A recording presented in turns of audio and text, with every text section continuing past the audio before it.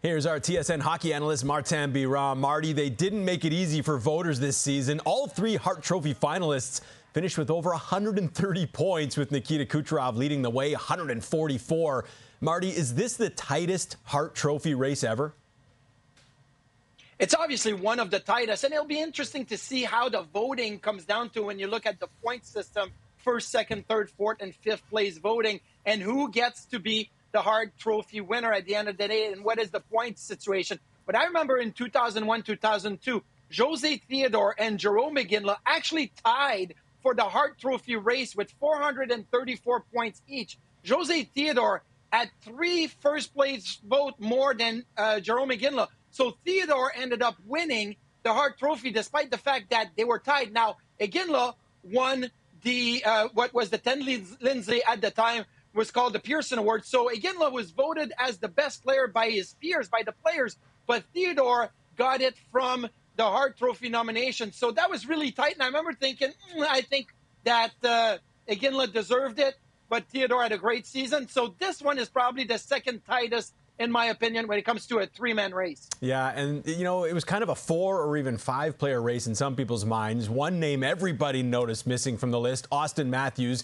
Many considered Matthews a shoo-in if he reached 70 goals. Well, he finishes with 69, and he's still outside the top 3 for the Hart. Should Matthews feel snubbed by this? No, he shouldn't feel snubbed. Listen, I said earlier in the season, if he gets to 70 goals, I'm giving him the MVP. And as he was getting close to 70, and I saw McKinnon, Kucherov, and McDavid's season, I'm like, you just can't put Auston Matthews in the top 3.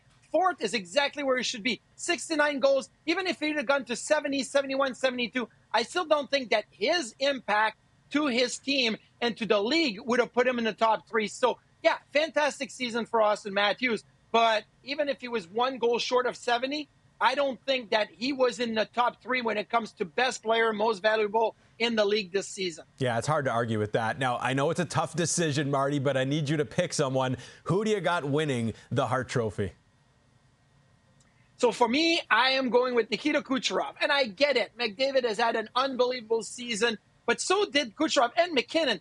And funny enough, I think McDavid, in my opinion, is third. I have Kucherov, McKinnon, and McDavid, which is crazy to think the best player in the league would be third on my list. But I still look at Kucherov and what he did with the Tampa Bay Lightning. Number 1 on the power play. Everything ran through Kucherov. At 5-on-5, if he wasn't on the ice, the Tampa Bay Lightning were not the same team. He had such an impact for the success of the Lightning offensively that I believe that he was a one-man show or close to with the Tampa Bay Lightning. So I got him 1. McKinnon was exceptional, and McDavid as well. But I'm giving it to Nikita Kucherov. The last player to win the Hart Trophy and the Stanley Cup in the same season, Marty St. Louis back in 2004. But McDavid and McKinnon still alive in the playoffs to possibly make that happen this year, Marty.